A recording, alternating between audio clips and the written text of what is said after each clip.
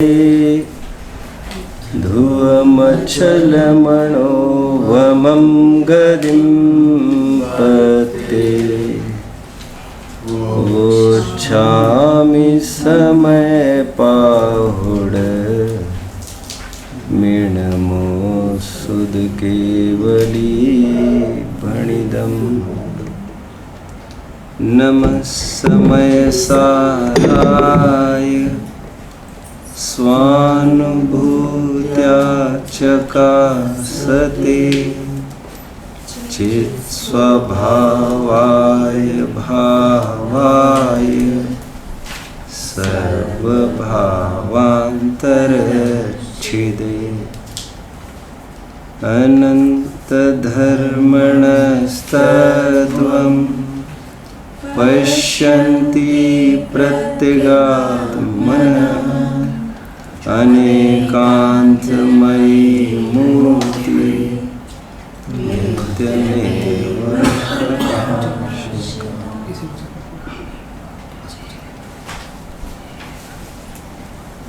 महामहिम इस जैन धर्म की प्राप्ति बड़े भाग्य से होती है। पहले तो हमें गजो उछलना चाहिए। आज हम जिन शासन की प्राप्ति किए हुए हैं, लेकिन ध्यान रखना जितनी कीमती वस्तु होती है उसका एप्लीकेशन उतनी ही प्रिकॉशन मांगता है। जिन शासन मिलना जितना भाग्य की निशानी है, उतना ही उसका एप्लीकेशन बहुत कठिन है, दुरूह है।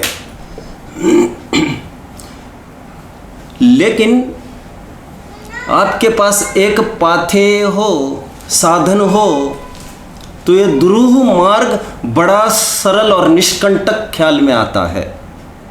और वह चाहिए, वह साधन है स्यादवाद। जिन शासन की डगर पर चलने वाले को स्यादवाद के बिना एक डग भी चलना संभव नहीं है। इसकी महिमा आचार्यों ने आकी, और इसीलिए वे ये कहते हैं स्यादवाद को समझना ही जिन शासन को समझना है। युक्त्यानुशासन में 12वां छंद आया है। समंत भद्र स्वामी फरमाते हैं, एक प्रश्न पूछा कि जिन शासन इतना जबरदस्त होने पर भी जिन शासन के पालक कुछ नहीं के बराबर क्यों है? जैन धर्म का इतना रहास क्यों है? जब वस्तु अच्छी है तो उस उत्तर के रूप में एक छंद बताया आचार्य ने, जिसमें 3 कारण दिए जैन धर्म के रहास का उच्चता होने पर भी। कालह कलिर्वा कलुषाशयो वा श्रोतुं प्रवक्तुं वचनानयो वा त्वच्छासनेकाधिपतित्वलक्ष्मी प्रभुत्वशक्तेरपवाद हेतु। कह रहे एक तो ये काल की विकरालता समझिए, पंचम काल है, इसके नाम पर ही छपा है दुखमा काल। एक दूसरी बात कह रहे हैं, जिन शासन मिलने पर भी, जो मेरा भी उद्देश्य है कहने का, सुलझन नहीं होती। लाखों करोड़ों विचरण करते हुए भी आज ऐसा किसी का बर्ताव ही नहीं है जिससे जैनेतर रीझे, जिससे जैन स्वयं ही रीझे। ऐसा क्यों नहीं हो रहा है? तो कह रहे 2 कारण है और कलिकाल के अलावा। एक तो ये कहते हैं, श्रोता होता है वो बहुत कलुषित आशय लेकर बैठता है, दुराग्रह से ग्रस्त होता है। सो फार आज तक हमने सुन रखा है, सोच रखा है, उसके ऊपर चढ़ने का कोई साहस नहीं जुटा पाता। सबसे कमी उसकी ये है, भीड़ रुत्ती भेड़ चाल को त्यागने की सामर्थ्य उसमें नहीं हुआ करती।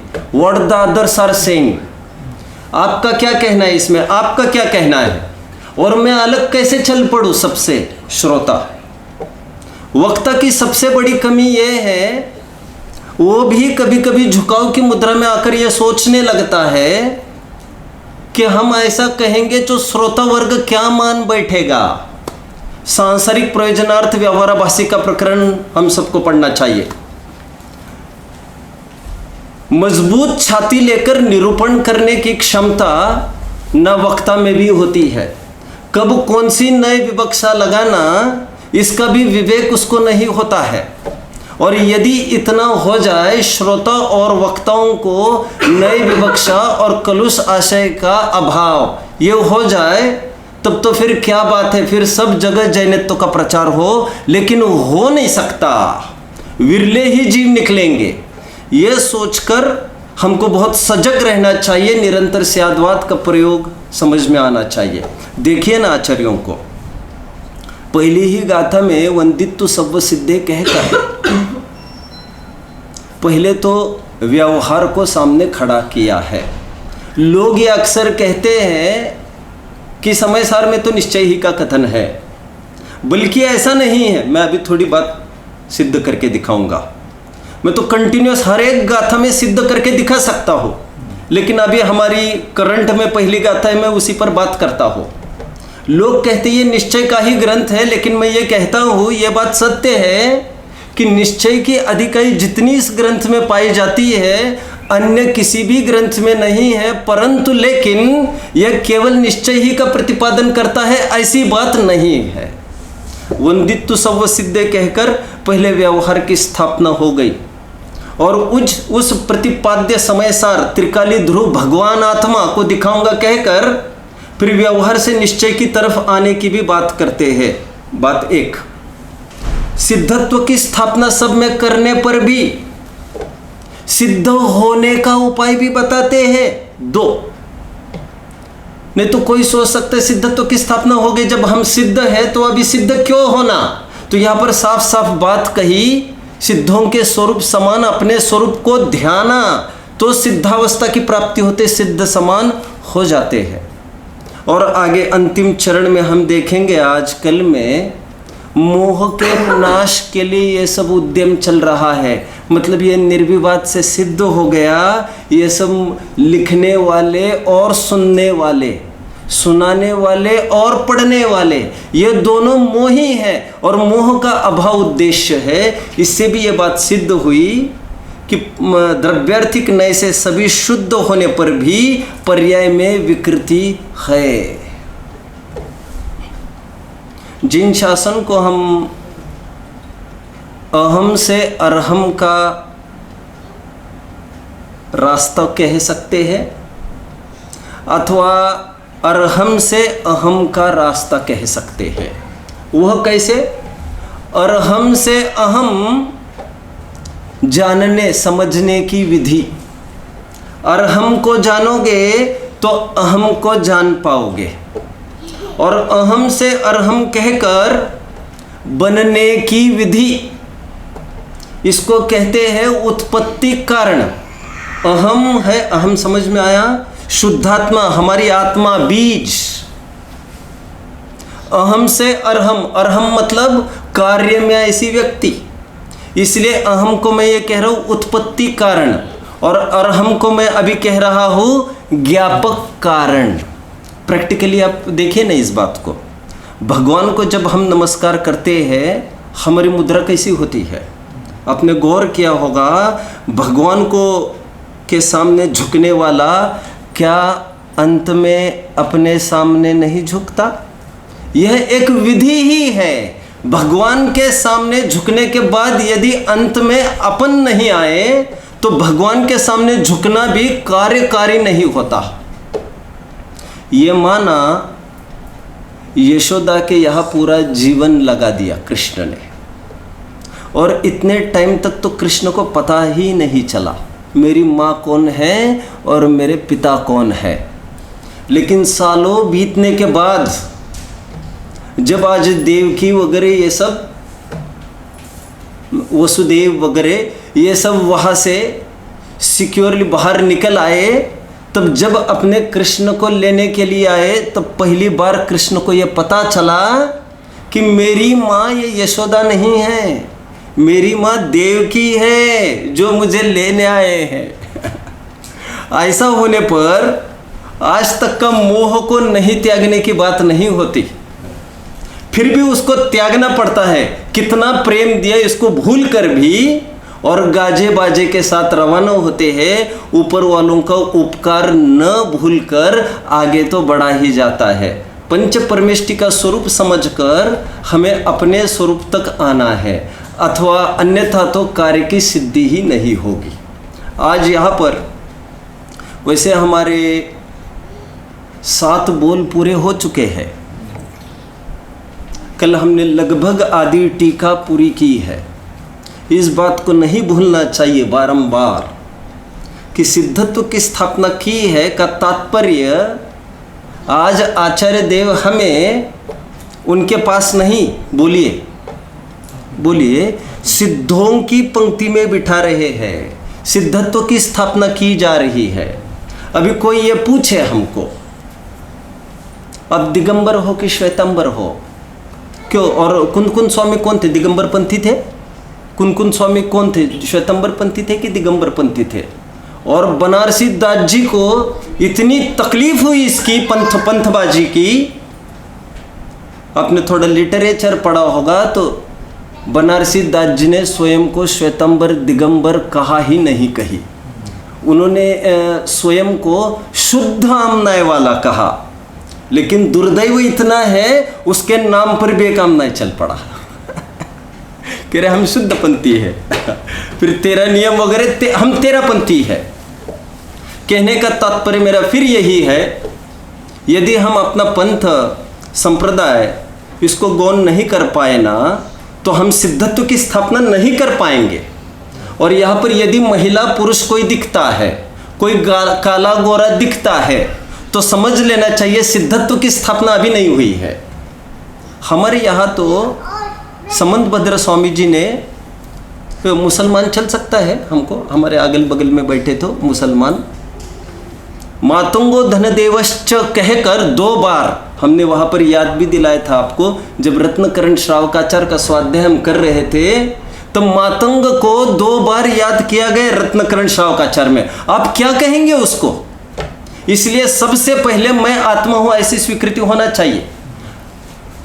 ये कहने की आवश्यकता इसीलिए है, आज हमको बहुत तकलीफ है कि अमुक का नाम आना चाहिए, अमुक की फ़ोटो आना चाहिए। भाई साहब, अब रियलिटी में जीना सीखना चाहिए हमको। और बहुत दर्दनाक मेरी आप बीती यदि आप सुनना चाहो, जब मैंने मार्ग में पहला कदम रखा, अकलूज के स्वाध्याय भवन में मैं जाने लग गया।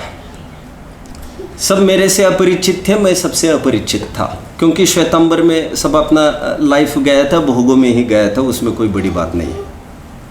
और लगभग मुझे लग रहा है मैं 2-3 महीने कंटिन्यूसली जाने लग गया फिर स्वाध्याय के लिए। मेरा पुण्य इतना जोरदार रहा है सर्वत्र।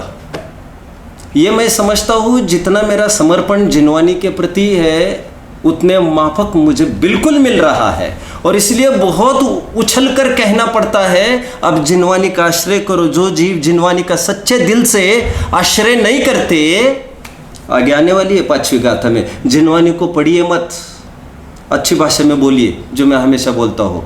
हमने जिनवानी को पढ़ा नहीं है, हमने जिनवानी की उपासना की है। पढ़िए मत, मात्र उपासना करिए। 2 महीने में जाता रहा। पुण्य का उदय ये कहना चाहिए, विद्वान के सबसे करीब में पहुंच गया। और मैं उस समय में तो एकदम नया टाइम था, मैं विद्वान को तो भगवान ही समझता था। उन्होंने अपने को सब कुछ दिया, मार्ग बताया दिया। 2-3 महीने के बाद ही एक, कभी मैंने बताया होगा, कभी ये बात आई कि एक सर्कुलर घुमाया जाए। What for? उस सर्कुलर में ये लिखा गया था कि हम इस पंथ को मानेंगे, और सबके सिग्नेचर से लिए जा रहे थे। और उसमें पंथ थे जो उनके अपने लीडर्स हैं, जो अभी दे डोंट एग्जिस्ट नाउ, जो कुछ निकल चुके हैं, कुछ है उनके अपने अपने मान्यता के, अपने जो गुरु होंगे सबके अपने अपने श्रद्धे। तो ये हम इस मिशन को मानेंगे, आप सिग्नेचर करिए। और उस दिन मैं गया, मैं बहुत डर गया जब ये कागज़ आया सामने। मैं उसको सिग्नेचर नहीं किया और अलग सा मुझे याद किया गया कि आपका नहीं आया है। घर पर बात चली, घर पर मैंने सबको रोक रखा, पिताजी माताजी को, इस पर सिग्नेचर नहीं करेंगे हम। वीर सागर महाराज की बात थी, वे कब के चल चुके थे, लेकिन हम इस मिशन को मानेंगे, ऐसा आप लिखिए। तो मैंने पिताजी माताजी को कहा, मुझे 2-3 महीने का बच्चा था, मैंने अभी कोई ऐसे ग्रंथ नहीं पढ़े थे, लेकिन हर प्रकार का मेरा डिसीजन, मैं ये समझता हूँ मेरी पूर्व पुण्य ही कुछ काम में आ रही है।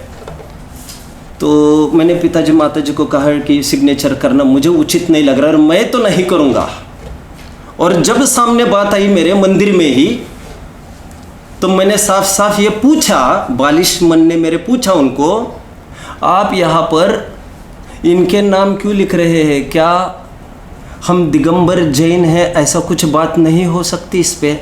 नहीं कह रहे आप इस पर करिए। मैंने कहा मैं इस पर नहीं कर सकता, क्योंकि मैं पंथ और संप्रदाय के साफ खिलाफ रहा हूँ।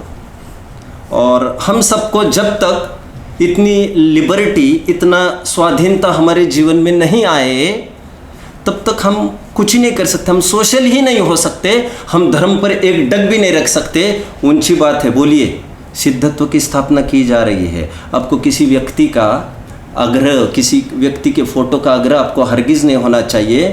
क्या वे सब तुम्हारे अरहंत परमात्मा से बड़े हैं? और जब अरहंत परमात्मा पर हम कहने को तैयार है, तो तुम्हारी नई बात क्या है? और नया आदमी इसमें सहम उठता है। मैं तो उसमें से दूर हटा, जो भी कुछ हुआ। पिताजी ने मुझे एक बात कही थी, कह रहे अपन अभी इस समाज में आए हैं, फिर ऐसा नहीं करेंगे तो फिर अपने को समाज। मैंने पिताजी को कहा था, आप घबराइए नहीं, मैं आपको अच्छी समाज दिलाऊंगा। मेरे किसी से परिचय नहीं था, लेकिन हल्के रूप से कभी पढ़ा था, जाते मिले समाज सब। हमको ऊंची समाज में जाना है। तजे देखम कुलस्यार्थे, क्या कहा?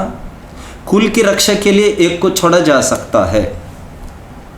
ग्रामस्यार्थ कुलम त्यजेत, ग्राम की रक्षा के लिए कुल को छोड़ा जा सकता है। ग्रामम जनपदस्यार्थे, जनपद की रक्षा के लिए ग्राम को भी छोड़ा जा सकता है। चात्मार्थे पृथ्वी त्यजेत, आत्मा की रक्षा के लिए संपूर्ण पृथ्वी को भी छोड़ा जा सकता है, शरीर को भी छोड़ा जा सकता है। माँ बाप की भी कोई बात ही नहीं है वहाँ पर। सिद्धत्व की स्थापना भैया बहुत बड़ी बात है। आप जैन नॉन जैन करते रहेंगे, गोरा काला करते रहेंगे, ये पंथ संप्रदाय में उलझोगे तो काम नहीं आएगा। और सब जगह खट्टे मिट्टे अनुभव आते ही है, यह अच्छी बात नहीं हो रही है कुछ भी। यहाँ पर भी अपने शिविर में एक सीए भाई आए, अच्छे प्रकांड विद्वान है। तो किसी के ट्रेस से मेरे पास आए, कुछ शंका समाधान करना है। हालांकि उनका भी काफ़ी अध्ययन है। मेरे पास जैसे ही आकर बैठे हुए, उन्होंने काफ़ी धर्म की बात कही, मुझे बहुत रुचिकर जीव लगे। बैठते उन्होंने कहा, मैं दादा भगवान के मिशन का हूँ। कोई गुजरात में कोई मिशन चलता होगा। उन्होंने कहा, हम इस वर्तमान समय में 3 ज्ञानियों को मानते हैं। उन्होंने 3 ज्ञानियों में ऑफकोर्स उनका नाम ले लिया, और दादा भगवान ऐसा फरमाते थे। उसके बाद मुझे उससे बात करने का भी मन नहीं हुआ, और वो उससे हटने को ही तैयार नहीं। मैंने कहा, बाकी की बात करो, कोई शंका समाधान हो तो। ध्यान रखना, हम ऊंची बात कर रहे हैं, लेकिन लोक व्यवहार पे हम नहीं समझ पाए। हम अभी इतने ही प्लेटफॉर्म पर खड़ा रहे। मैं जैन कहना भी बहुत बड़ी बात है। और जैन तो वो होता है जो स्वयं को आत्मा देखता है। आप स्वयं को आत्मा ही देखिए, यही तक बात बने रहिए, आगे नहीं बढ़ना चाहिए। सिद्धत्व की स्थापना, आगे बढ़ते हैं। आज एक नए पद की बात करते हैं। आदि टीका हमारी पूरी हो चुकी है। इस विशेषण से चारों गतियों पर देखिए, आप बीचों बीच आइए। हम ध्रुव 4 पद को एक बार में दोहरा देता हूँ। स्वयं में तथा पर में सिद्धत्व की स्थापना, बात एक। दूसरी बात हमने देखी थी, सिद्धत्व की स्थापना के बाद सिद्ध भगवान सिद्धत्व के कारण भगवान आत्मा के प्रतिछंद के स्थान पर है। बात 2। बात 3, कैसे है वे सिद्ध भगवान? जिनके स्वरूप का चिंतन करके सांसारिक भव्य जीव, जिनके स्वरूप का चिंतन करके। बात 4, उनके स्वरूप समान अपने स्वरूप को ध्याकर, 4 बातें हुई। कल ध्रुव, अचल और अनुपम का थोड़ा अर्थ देखा था हमने। ध्रुवत्व का आलम्बन लेने से, विनाशिकता का व्यवच्छेद होने से वे ध्रुव है। अचलता का अर्थ देखा था, परिभ्रमण का व्यवच्छेद होने से अचल है सिद्ध भगवान। आपको याद आ रहा होगा, ये सब सम्यक दृष्टि में मैंने ध्रुव, अचल और अनुपम तीनों बातें सिद्ध की थी। अनुपम का अर्थ ये बताया था कि चारों गति से विलक्षण कुछ ऐसे सिद्धों में वर्त रहा है और वह है अनुपम।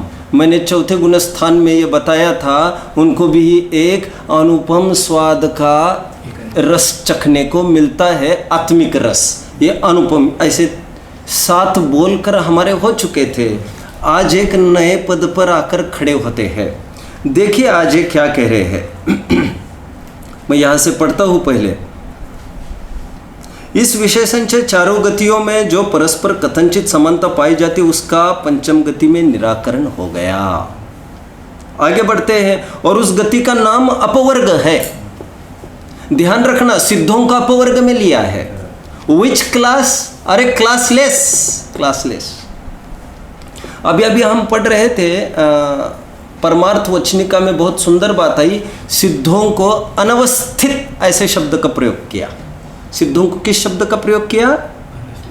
अनवस्थित मीन्स, क्योंकि उन्होंने ये कहा, ये 3 अवस्थाएं बताई, अशुद्ध, मिश्र और शुद्ध। ये 3 अवस्थाएं संसारियों की, और सिद्धों को कहा, उनको तो शुद्ध अवस्था कहना चाहिए, कह रहे वो अनवस्थित विशिष्टापेक्षा।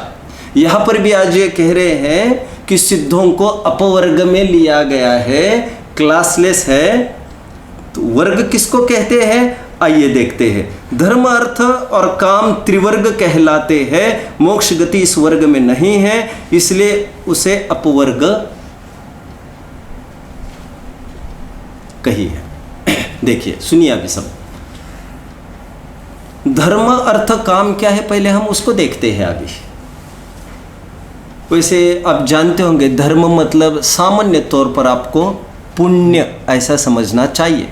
पूजा पाठ का कार्य, ये शुद्ध भोजन करने का कार्य, यह सब धर्म कहलाता है। उपदेश लेने देने का कार्य, यह सब धर्म, पुण्य, धर्म पुरुषार्थ। 2 अर्थ पुरुषार्थ इज टू अर्न मनी। गृहस्थों के अच्छा जीवन चलने के लिए कुछ बातें बताई गई है, जैसे धन कमाना। हमारे ग्रंथों में काफी चर्चा है, न्याय से किस प्रकार धनार्जन करे, आदि आदि।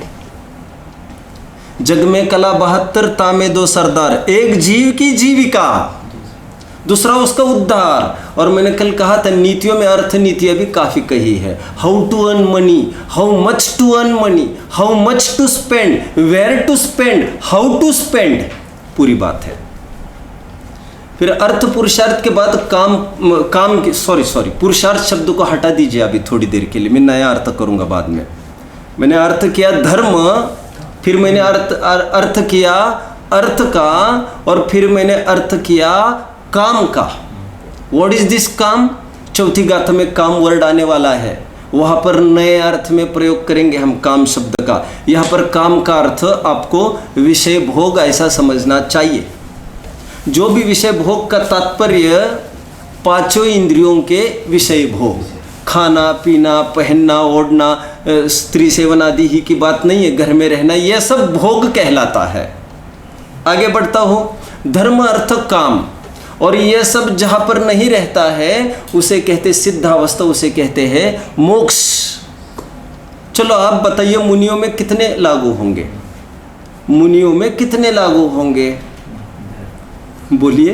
केवल उनमें धर्म लागू होगा। अब मैं पुरुषार्थ में डाल के थोड़ी सी बात करना चाहता हूँ। अविरत सम्यक दृष्टि में मोक्ष मार्गस्थ जीव में ये सब घटित करके दिखाऊंगा। ध्यान रखना, इन्होंने 4 पुरुषार्थ की बात नहीं की है, यहाँ पर तीनों वर्ग की बात की है, धर्म, अर्थ और काम। मैं थोड़ा सा नया अर्थ करूँगा। व्हाट इज धर्म पुरुषार्थ, काम पुरुषार्थ एंड अर्थ पुरुषार्थ? काम और काम पुरुषार्थ में थोड़ा अंतर करूँगा मैं। पहले इसके लिए आपको जरूरी है समझना पुरुषार्थ का अर्थ। पुरुषार्थ का हमारे यहाँ एक निश्चित अर्थ किया गया है। पुरुषार्थ सिद्धि उपाय ग्रंथ में पुरुषार्थ का अर्थ किया गया है पुरुषेते इति, पुरुषः, और उसके प्रयोजन, अर्थ मतलब उसके प्रयोजन की सिद्धि जो करता है। फिर से अगेन, जो अपने ज्ञान दर्शन स्वभाव में स्थित रहता है, अपने ज्ञान दर्शन में स्थित रहने के प्रयोजन भूत कार्य को सिद्ध करता है, उसे पुरुषार्थ कहते हैं। अभी इन सबसे लगाएंगे हम इसको। जैसे व्हाट इज अर्थ पुरुषार्थ, मैं शुद्धात्मा हूं ऐसा समझने पर मजबूरी में चारित्र मोह के उदय वशात, कमजोरी वशात अभी पूर्ण स्थिरता नहीं हो पा रही है, तो मजबूरी में धनार्जन करने का भाव होना, अन्याय अनिति अभक्ष का त्याग करके भाव होना, दैट इज अर्थ पुरुषार्थ। अर्थ पुरुषार्थ समझ में आ रहा है सबको? मैंने क्या अर्थ किया? पुरुषार्थ का अर्थ मैं ये कह रहा हूं, अन्याय अनिति का त्याग करके, ऐसे कोई आमदनी सोर्सेस उसके नहीं होंगे, इसके लिए पुरुषार्थ ये टर्म लगाए। और पुरुषार्थ मतलब आत्म स्वभाव की प्राप्ति पूर्वक जो धन कमाने की प्रवृत्ति है मजबूरी में, उसको उपचार से हम उसको अर्थ पुरुषार्थ कह सकेंगे, पुरुषार्थ कह सकेंगे। व्हाट इज काम पुरुषार्थ? मैं आत्म तत्व हूँ, अवेदी हूँ, मेरा स्त्री पुरुष के साथ रमण संभव नहीं, स्त्री पुरुष में से सुख उत्पन्न हो सकता नहीं, मेरे अंग उपांग ही नहीं है, ऐसी स्वीकृति वो पुरुषार्थ ज्ञानी धर्मात्मा का। और पुरुषार्थ पूर्वक चारित्र मोह कर्म के उदय से यह सब ख्याल में आने पर भी सुतदारा होय न सीरी, सब स्वार्थ के है भीरी, फिर भी शादी करने का भाव होना और ये विचार आना, यदि मैं शादी नहीं करूँगा तो उपयोग मेरा यहाँ वहाँ डाइवर्ट हो रहा है, तो क्यों ना अच्छी कुल, अपने कुल वाली शालीन माता पिता की इच्छा से मैं शादी करूँ। तो माता पिता ने पूछा तो हमने हाँ बोल दिया, तो ऐसा। और फिर स्त्री में अत्यंत भयभीत होकर प्रवृत्ति करना, सुख बुद्धि से नहीं, उसे कहेंगे हम, स्त्री की ही बात नहीं, घर में मकान दुकान आदि कपड़े आदि ये सब का भोग, लेकिन असार जानकर प्रवृत्ति की, इसे कहेंगे हम काम पुरुषार्थ। एंड व्हाट इज धर्म पुरुषार्थ? आत्मस्थिरता होने पर भी ज्ञानी धर्मात्मा जीवों के जीवन में तीर्थ यात्राएं, देव पूजा, स्वाध्याय, तप आदि ये सब देखने में आता है। तो मजबूरी में यह सब पालन होता है, अशुभ में न जाए, इसलिए इसको हम कहेंगे धर्म पुरुषार्थ। लेकिन ध्यान रखना, पुरुषार्थ संज्ञा मैंने तब दी जब आत्म स्वभाव को प्राप्त हुआ है, क्योंकि आत्म स्वभाव में प्राप्त होने वाला जीव सावधानी से प्रवृत्ति करेगा गृहस्थ में करने पर, और धनार्जन में भी प्रवृत्ति करेगा तो भी सावधानी से करेगा। बाय हुक और क्रुक एनी हाउ वो छीना झपटी में उतर नहीं आएगा। आगे बढ़ते हैं। तीनों प्रकार के पुरुषार्थ हमने सम्यक दृष्टि में घटित किए, और मोक्ष पुरुषार्थ है जो पुरुषार्थ में कह रहा हो आत्मस्थिरता, वह तो है ही मोक्ष पुरुषार्थ, क्योंकि चौथे गुणस्थानवर्ती जीव को दृष्टि मुक्त बोला गया है। तो इस प्रकार सिद्धावस्था को धर्म अर्थ काम से रहित अपवर्ग में ले लिया। और आपको समझना चाहिए, सम्यक दृष्टि जीव जो स्वयं को सिद्ध समान अनुभवता है, उसके ये चारों पुरुषार्थ लागू हो जाएंगे, एक देश मोक्ष कहेंगे। उपचार से भी मैं हमेशा कहता हूँ, ये चार में हमारा जीवन होना चाहिए, चार में हमारा जीवन होना चाहिए। भले ही मान के चले यदि हमें मोक्ष नहीं है अभी, तो बाय 3 करिए आप, 24 घंटे में आपका 8 घंटा आपका धर्म में जाना चाहिए, 8 घंटा अर्थ और काम में जाना चाहिए। मैं अलग से क्यों कहूँ ये आपका कम से कम यदि आप 1/3 करते हो, 1/4 भी नहीं तो आप 1/4 ही समझो, चलिए 1/4 भी करते हो तो आप न्याय कर पाओगे, अन्यथा आप अन्याय कर रहे हैं। यदि 6 घंटा भी आपका स्वाध्याय आदि में नहीं जाता है तो जीवन ही व्यर्थ है। आगे बढ़ते हैं। एक लाइन का हमने अर्थ किया, धर्म अर्थ और काम त्रिवर्ग कहलाते हैं, मोक्ष गति इस वर्ग में नहीं है, इसलिए उसे अपवर्ग कही है। ऐसी पंचम गति को सिद्ध भगवान प्राप्त हुए हैं।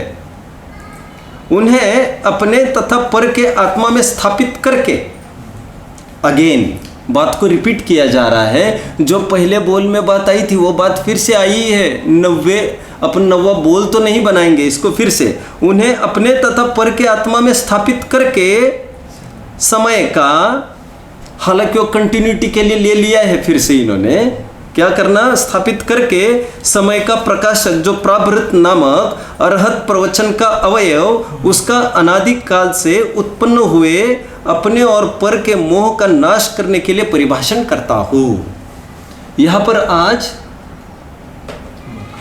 उद्देश्य की भी बात कही। ये जरूरी होता है कोर्ट में भी, एनीवेयर कोई डॉक्यूमेंट बनाते हैं, कोई एक्सपेरिमेंट भी करना है तो जरूरी होता है कहना हम क्यों कर रहे हैं ये सब। एक प्रॉपर्टी भी परचेस करने तो लिखना, मेंशन करना पड़ता है क्यों। ये आज ग्रंथ लिखने जा रहे टीका, हमने कलशों में भी इस बात को देखा था कि ये क्यों लिखा जा रहा है ग्रंथ। तो वहाँ पर यह कहा था कि समय व्याख्या टीका इसलिए लिख रहा हूँ क्योंकि मुझे परम विशुद्धि की प्राप्ति हो। आज वे गद्य टीका में क्या कहते हैं देखिए, ये चंपू काव्य है इसे कहते हैं। चंपू काव्य में गद्य और पद्य दोनों हुआ करते हैं। ये कुछ बहुत ही सीमित टीकाएं ऐसी होती है जिसमें गद्य पद्य दोनों का प्रयोग किया जाता है। उसका यह एक उदाहरण है। तो देखिए क्या कह रहे हैं यहाँ पर, ग्रंथ में क्यों लिख रहा हो का कारण दिया है इन्होंने। आज ये कह रहे हैं स्वयं के तथा पर का मोह का नाश करने के लिए मैं ये कर रहा हूँ। कितनी गजब की बात आज की है इन्होंने। मतलब मैं एक एक एक्टिविटी कुछ भी कर रहा हूँ उसके पीछे कारण मेरे मोह का नाश ही होना चाहिए। जो जो हम करते हैं हमारा भी प्रयोजन यही होना चाहिए जिससे मोह का नाश हो, और हमारा भी मोह का नाश हो। और यदि अवसर लगे, दाव लगे तो जो इसको पढ़ेगा उसके भी मोह का नाश हो। अभी हम स्वयं को नाप सकते हैं। ये जो दीर्घ संसारी जीव होते हैं वे स्वयं भी राग द्वेष करते हैं और दूसरों को भी उसी में उलझाते हैं। वे कहते हैं आपने ऐसे क्यों पहना, आप ऐसा पहनो तो आप अच्छे दिखेंगे, आप ऐसा करो, ऐसा करेंगे, ठीक है, ओके।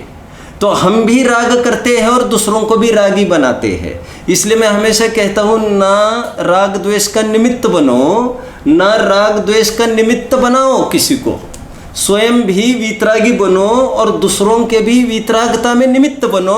और आचार्य देव यहाँ पर इस सेटिंग एन एग्जाम्पल, वे कह रहे मैं स्वयं के तथा पर के मोह के नाश के लिए कर रहा हूँ। अभी स्वयं के पर के मोह के नाश के लिए कैसे सर, कैसे ऐसा होगा। तो पहली बात यह समझने की है कि जो जिस लायक हो भूमिका में, जो मुनि हो उसके भी मोह तो है ही। देखो मुनिराज सिद्ध कर रहे हैं, उनको मोह है, घबराना नहीं चाहिए। मोह कहाँ तक रहता है, 10वें गुण स्थान तक मोह होता है। उपशांत और क्षीण मोह 11वें 12वें गुण स्थान में कहा है, लेकिन सजग होकर समझ पूर्वक मोह तो 6वें गुण स्थान में तो पकड़ में आता है साफ साफ। 7वें गुण स्थान के ऊपर तो शुद्धोपयोग की हालत है, वहां पर क्या साफ साफ पकड़े। लेकिन 6वें में सिर पर चढ़कर बोलता है मोह। तो मोह के निर्मूलन के लिए ये ग्रंथ लिखने का काम वे कर रहे हैं। अच्छा, ग्रंथ लिखते लिखते मोह का नाश हो जाएगा, मैं कह रहा था। ग्रंथ लिखने का भाव शुभ भाव है, मोह का नाश शुद्ध भाव है। तो मैंने इस बात को कहा था, शुभ भाव को शुद्ध भाव का कारण कहना यह भी उपचार का कथन है। ये तो शुद्ध भाव शुभ भाव पूर्वक ही होता है, इसलिए जीव को कहाँ लगना, अशुभ को छोड़कर शुभ में लगना। परंतु शुभ में लगते समय शुभ को हे मानकर ही लगना मजबूरी का नाम महात्मा गांधी समझना चाहिए। टोडरमल जी की भाषा में यदि शुद्धोपयोग में प्रवृत्ति ना हो तब तक शुभ भाव में प्रवृत्ति करना, लेकिन श्रद्धान में तो उसको ही मानना। एक बात, अभी स्वयं के पर के मोह का नाश का और एक क्या अर्थ हो सकता है, कोई जबरदस्ती है क्या। मतलब हम हमारे पूर्ति बात करना चाहिए, हम दूसरों के पूर्ति कैसे, दूसरों की भी बात कैसे कर रहे हैं। मैं इसलिए कल कह रहा था ये है व्यापक सोच। हमारे साथ यदि किसी का काम बनता है तो, और फिर बनना तो उसको उपादान से है, हमारी सोच तो ऊंची है, तो सहजता में किसी का भाव बने तो वह अपना कल्याण कर सकता है। लेकिन ऐसा कुछ होगा नहीं कि तुम्हारी इच्छा है नहीं और हम तुम्हारे मोह का नाश कर पाएंगे। लेकिन फिर आज एक बार उजागर करने की है, ग्रंथ लिखना और ग्रंथ पढ़ना, बोथ द थिंग्स, ये मोह के नाश का उपाय है। और ये ग्रंथ किसने लिखा है? फिर से नहीं पूछना, पूछा सो पूछा। किसका ग्रंथ है ये भैया? क्या क्या कौन सा ग्रंथ है ये? इसको क्या कहेंगे हम? इसको क्या कहते? क्या विराजमान करो, क्या विराजमान करो, जिनवाणी कहते हैं इसको। कुन वाणी नहीं कहते हैं। सचिन जी के प्रवचन आपको ऐसा नहीं कहना चाहिए। हम तो कुन के ही वाणी नहीं कहते हैं, हम तो जिनवाणी कहते हैं। और जिनेश्वर के अलावा और किसी की भी वाणी धोखा है बहुत बड़ा, और किसी के भी मुख से आ तो सकती है। जैसे रेनॉल्ड्स पेन से लिखा, कभी रोटोमैक पेन से लिखा, तो पेन तो पेन है, पेन से क्या फर्क पड़ता है। उसी प्रकार कितने माध्यम से साधनों से आई है, लेकिन आज भी उसको कहते तो जिनवाणी है, क्योंकि जिनेंद्र भगवान से ठेठ हम तक आई है, और किसी बीच का नाम नहीं जुड़ सकता उसमें। छोटा बच्चा भी 8 साल का यदि कुछ सिखाए तो हम यही कहेंगे वो जिनवाणी पढ़ा रहा है, वो प्रवचन कर रहा है, वो स्वाध्याय कर रहा है। छोटों के तो कक्षा और बड़ों के प्रवचन, ऐसा नहीं हुआ करता। ये तुमने हमने भेद किए हैं ये सब। छोटा बच्चा भी पढ़ाए तब भी वो जिनवाणी ही है, वो प्रवचन ही कहो, स्वाध्याय ही कहो, भगवान ही बोल रहे हैं। वो तो जरिया साधन उसका है, वो छोटा बच्चे का। आपको बड़ी सोच रखना चाहिए। यदि आप ये सोचते रहेंगे 8 साल का बच्चा है, आपने उसको जिनवाणी देखा नहीं, आपके मोह निर्मूलन का उपाय ही नहीं हो सकेगा। हल्की मत बनाओ, जिनवाणी को हल्की मत बनाइए आप। आगे सेकंड बात, सामने वाला नहीं माने तो अपने आचार्य उपाध्याय के स्वरूप में पढ़ा होगा। वैसे आचार्य देव तो क्या परिभाषा ही है आचार्यों की, कोई बताएगा? जो सम्यक दर्शन ज्ञान चारित्र की अधिकता के कारण प्रधानता को प्राप्त करके मुनि संघ के नायक हुए हैं। आगे जो अधिकतर, पहली बात कहना चाहिए, महत्वपूर्ण बोलिए, जरूरी बात, जो सम्यक दर्शन ज्ञान चारित्र में ही मग्न रहते, लीन रहते हैं। और बोलिए फिर आगे, फिर कदाचित यदि कोई, बोलिए, धर्म का लोभी याचक जीव आए, उन्हीं के शब्द है पंडित जी के, धर्म का लोभी याचक जीव आए, एक और एक कंडीशन बोलिए, और स्वयं को राग हो बताने का, तो कदाचित दे दे उपदेश। उपाध्याय का स्वरूप चालू हुआ। उपाध्याय के स्वरूप में क्या लिख रहे हैं? फिर आगे कह रहे हैं, मुख्यता से जिन शासन का सार आत्म स्वभाव में एकाग्रता, अधिकतर उसी में लीन रहते हैं। पहली बात, फर्स्ट एंड फॉरमोस्ट थिंग। अभी यदि नहीं बन पाया ऐसा, यदि कमजोरी वशात कुछ राग उत्पन्न हो जाए, तो फिर ग्रंथों को पढ़ते हैं अथवा पढ़ाते हैं। तो मूल बात हमारी है, नहीं बन पाए तो फिर दूसरे भी उसका लाभ ले तो हमें क्या है, लेकिन दूसरा लाभ नहीं ले तो हम तो अपना लाभ नहीं छोड़ सकते। ये तो करुणाई है। तो बताया है टोडरमल जी की फिर भाषा में कि कोई कोड़ी को अमृत पान कराए और वो उसका अमृत पान न करे, बड़े दरिद्र को अवलोकन मात्र चिंतामणि की प्राप्ति हो जाए और वो उसकी तरफ देखे ही ना, उसी प्रकार स्वाधीन गुरु का योग मिलने पर भी जो जिनवाणी का स्वाध्याय नहीं करता, बोलो उसके अभाग्य की महिमा हमसे तो नहीं कही जाती। ये सब देखकर तो हमें समता आती है।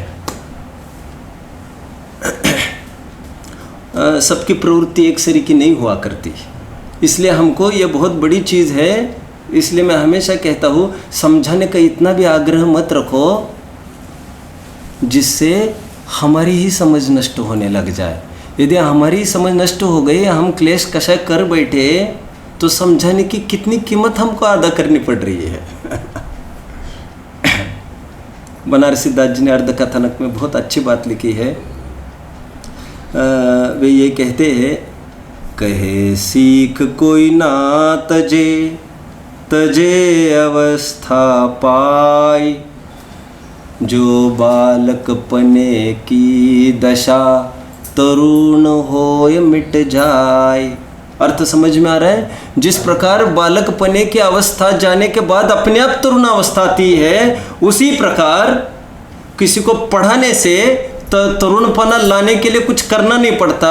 जिसकी योग्यता का परिपाक हो गया है उसको ये सब विद्या समझने लगती है। वैसे बहुत आग्रह करो किसी को तो वो समझ जाएगा, ऐसा नहीं होता है। लेकिन कोई नहीं मान रहा हो आपकी विद्या तो आपको हताश नहीं होना चाहिए। जिनवानी हमारे आनंद के लिए है, ये आपको समझना चाहिए। यदि कोई वैद्य रुग्ण को दवा का बहुत आग्रह करे और वो दवा का ग्रहण नहीं करे, है ना, अमृत उसको दे रहा है, वो अमृत का ग्रहण नहीं करे, तो इतने मात्र से उस वैद्य को बोलिए, बात को पूरी करिए, उस वैद्य को, सदा सुखदास जी के वचन है, बोलिए जल्दी। कोई वैद्य आग्रह करके अमृत दे मरीज को और वो उसका ग्रहण ना करे, लेकिन इतना होने पर भी वैद्य को तो जहर का सेवन नहीं करना चाहिए। दूसरा नहीं कर रहा है अमृत का सेवन, तो हम क्यों जहर का सेवन करें।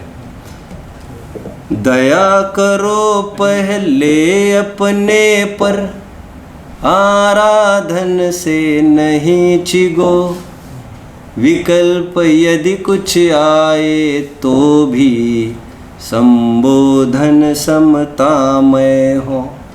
यदि माने तो सहज योग्यता, अहंकार का भावन हो, नहीं माने भवितव्य विचारो, जिससे किंचित खेद न हो। आचार्य देव ने यहाँ पर स्वयं के तथा पर के मोह के नाश के लिए उपक्रम किया है। देखिए, उन्हें अपने तथा पर के आत्मा में स्थापित करके समय का प्रकाशक जो प्रावृत नामक अर्हत प्रवचन का अवयव है उसका अनादिकाल से उत्पन्न हुए अपने और पर के मोह का नाश करने के लिए, जिसका चारित्र मोह होगा, जिसका दर्शन मोह होगा, जो जिस लायक हो। और एक बात समझना चाहिए, हम सबको समझना चाहिए,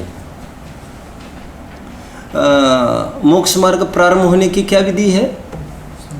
यही है, आगम का सेवन करो, तर्क युक्ति से उसे समझो और उसको ऐसा ग्रहण करो स्वसंवेदन से। अच्छा ठीक है, ये हो गया, मोक्ष मार्ग प्रारंभ हो गए, चौथे गुण स्थान की प्राप्ति हो गई, अविरत सम्यक्ति हो गए। अब पंचम गुण स्थान अनुव्रत कैसे आए जीवन में, देश चारित्र कैसे होगा जीवन में, छठवां सातवां गुण स्थान कैसे होगा सकल चारित्र।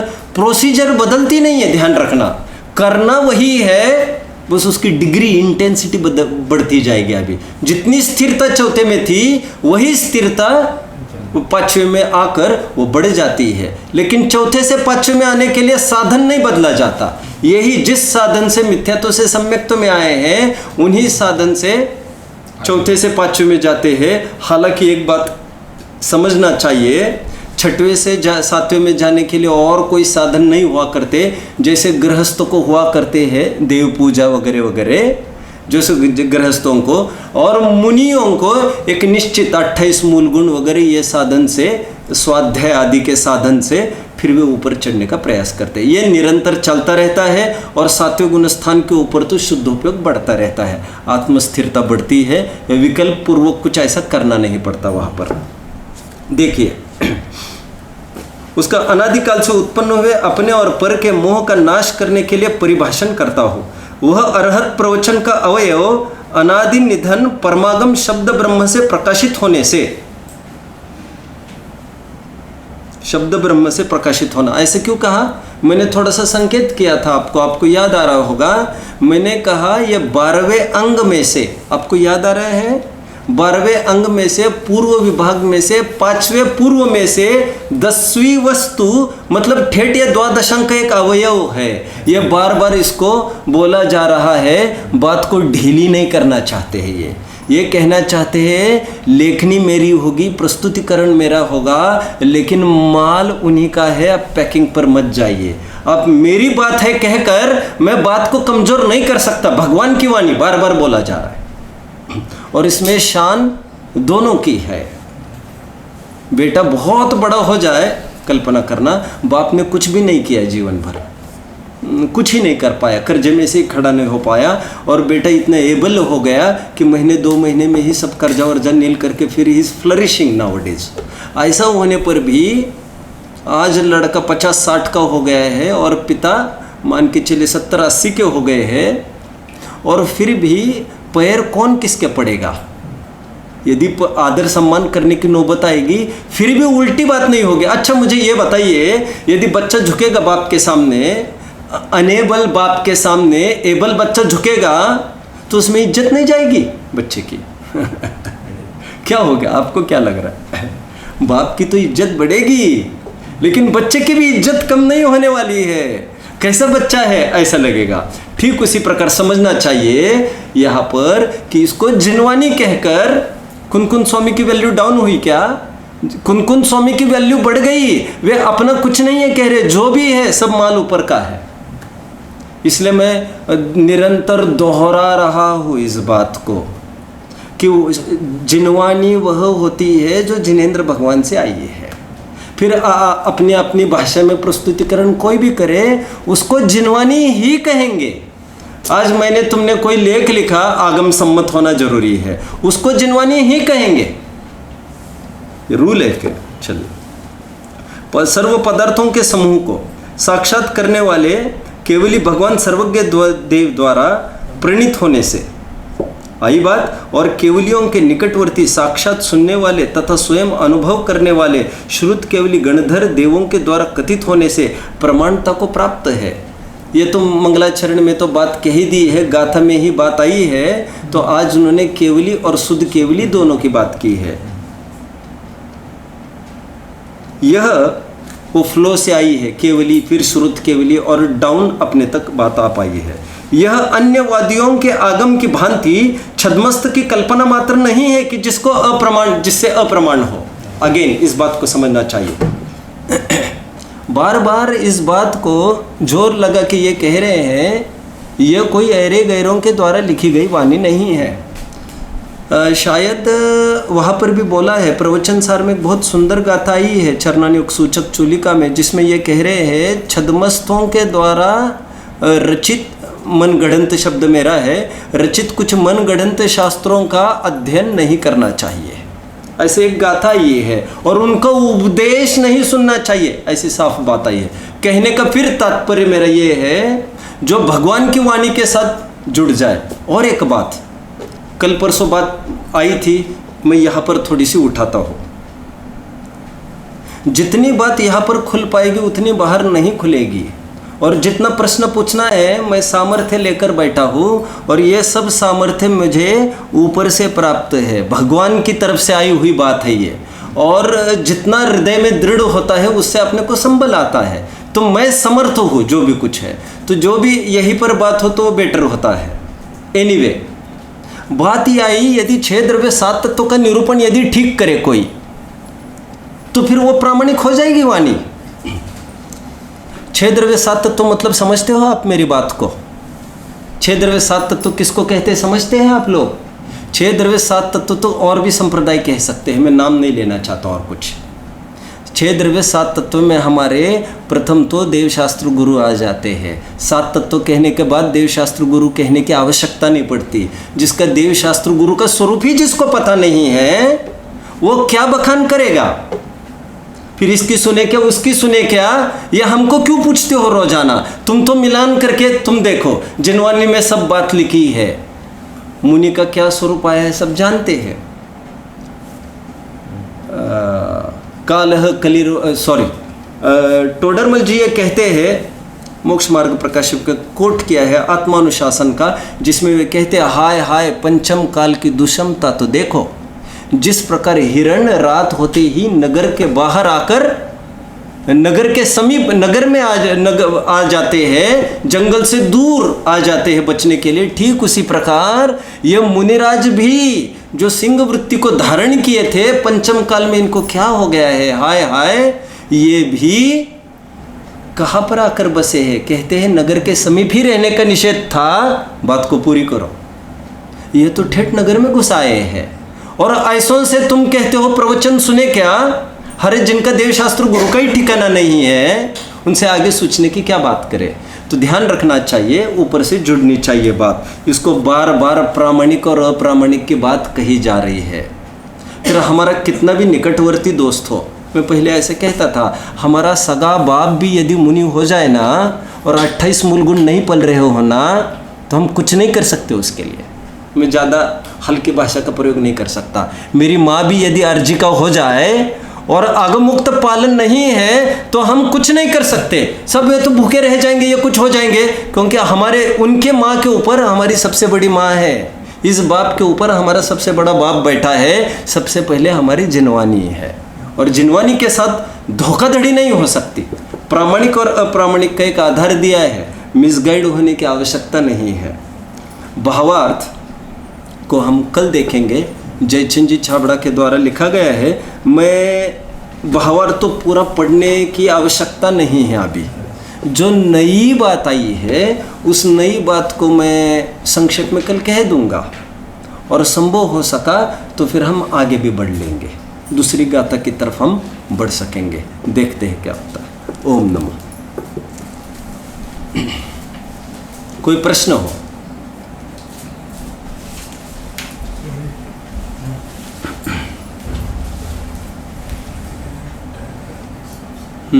प्रश्न है कुछ? अच्छा,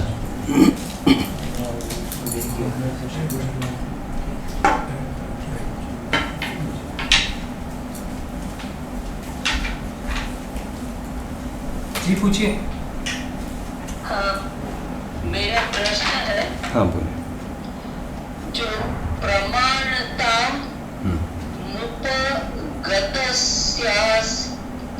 ये जरा बराबर समझाइए। संस्कृत क्या कुछ हिंदी?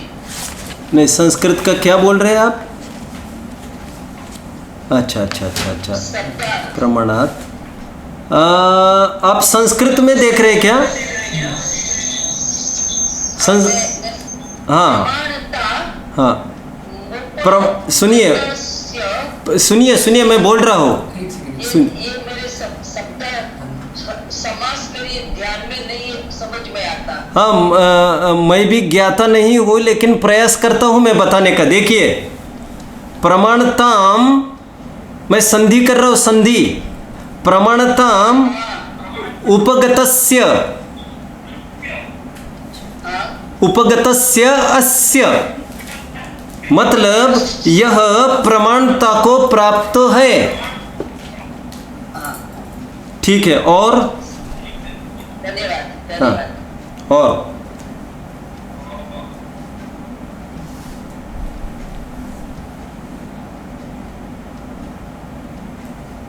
हम्म